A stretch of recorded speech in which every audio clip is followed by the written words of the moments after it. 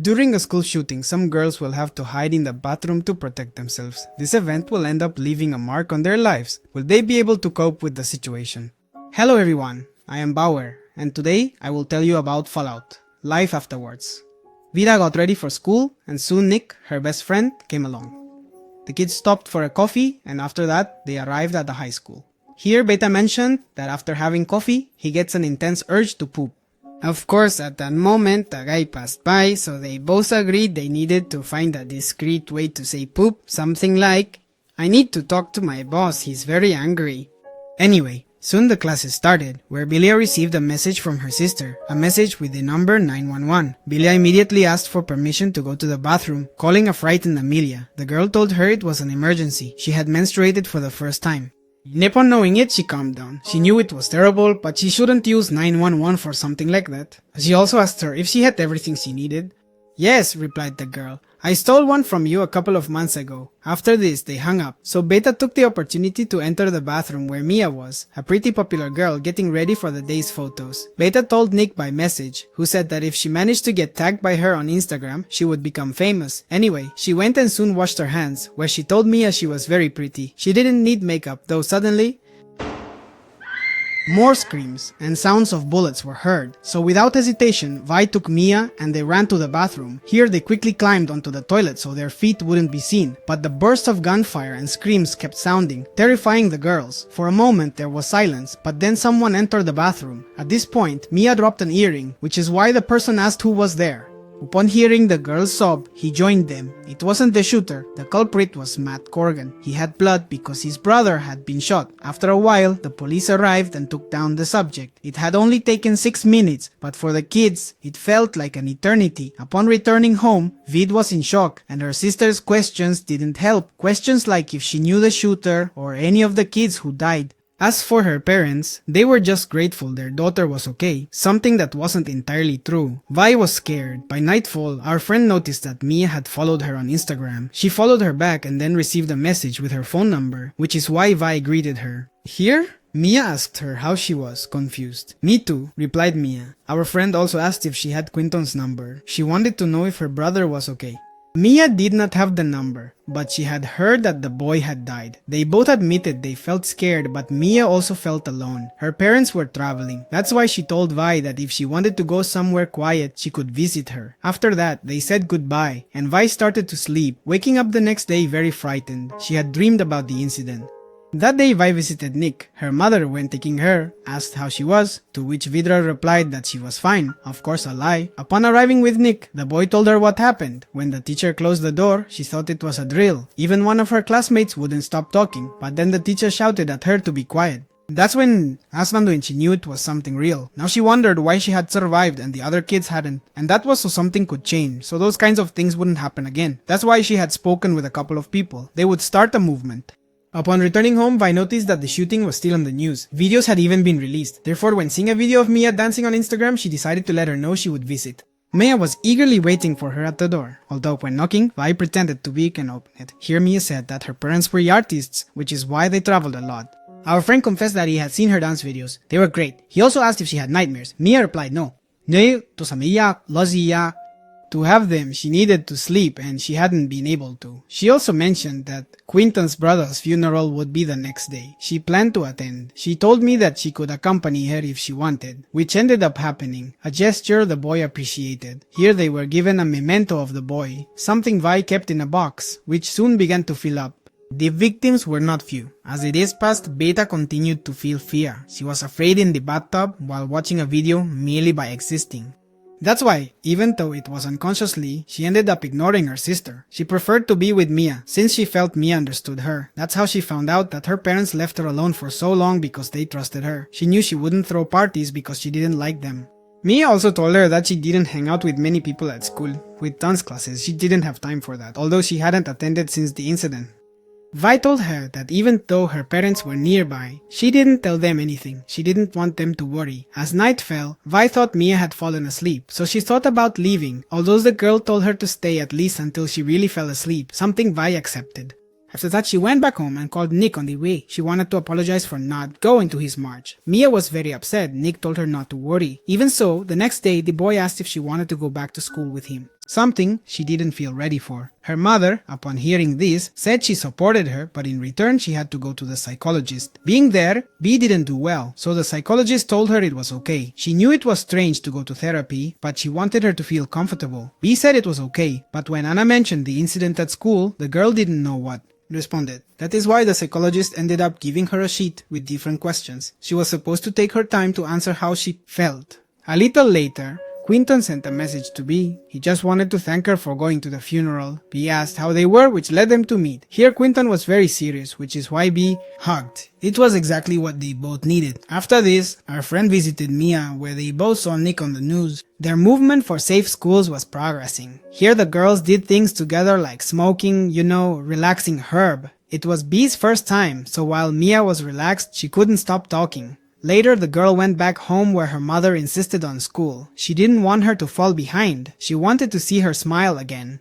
B replied that she focused so much on her that she didn't even know Amelia had had the menstruation, and without further ado, she went to tell Mia. The next day, B finally attended school. There were new security measures, though she still felt scared, which is why she couldn't enter the same bathroom as before. Instead, she just wanted the classes to end. When this finally happened, she immediately started walking, when suddenly this scared her so much that she wet herself. Of course, she didn't tell her parents about that. Instead, when they asked, she said everything was great.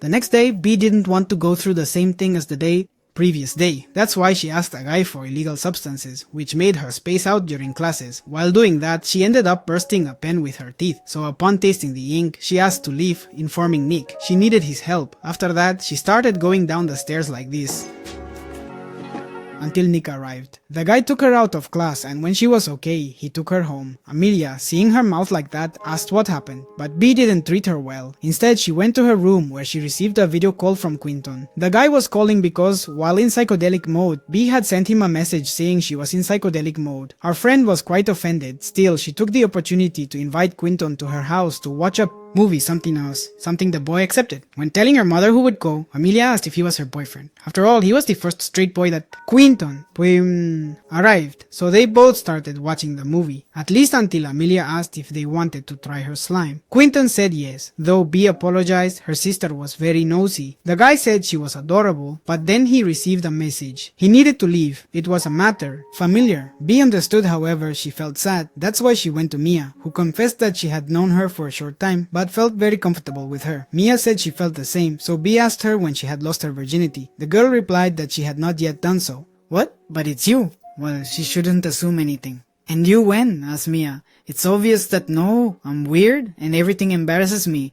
Maybe I'll wait until college. I think I would wait until I'm in love, Mia commented. After this, the girls got a bit psychedelic and later headed home.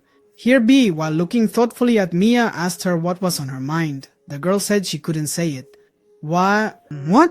Both looked into each other's eyes and then kissed, spending the night together. The next day, B returned home, where her parents were very worried. B said she was with Nick, but her mother said that Nick had called worried. He didn't know where.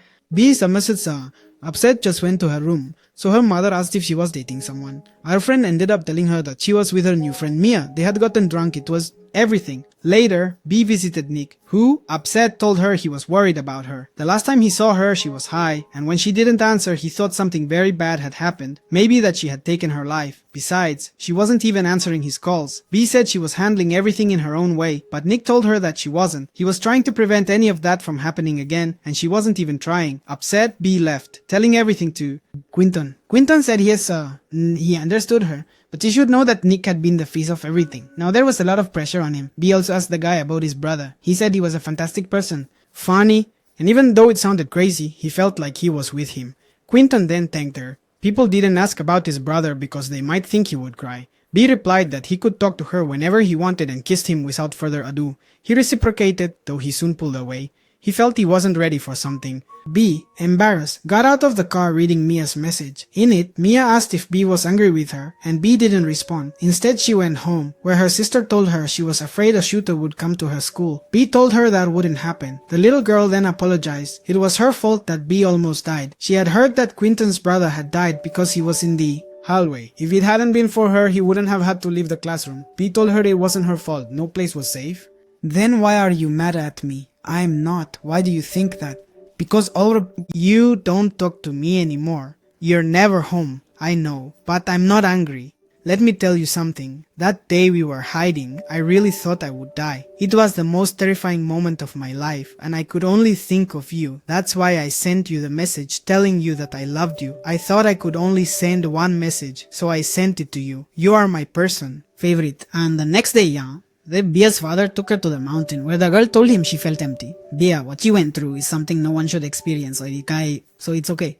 Yes, replied the girl. Life is freaking hard. I'm sorry for saying that word. Don't worry, life is hard, damn it. Dad, what?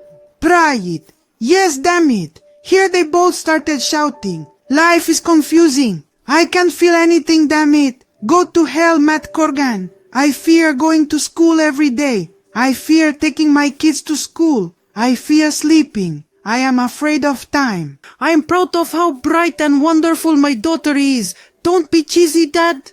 This made me feel better, who upon returning visited Mia. The girl didn't seem to be anywhere, so she decided to enter and found her lying down.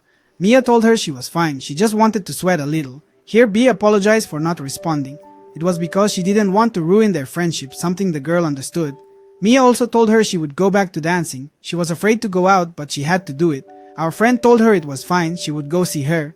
With this, Bea was finally able to write how she felt. Because of this, she visited Hazel Grace. The psychologist handed her the sheet and noticed that the word fear appeared a lot, so she asked when she had felt the most fear. Bea responded that it was while being in school. For example, how the same thing had happened to Nick, and now he used it to change the world, and frankly, she felt she couldn't do something like that.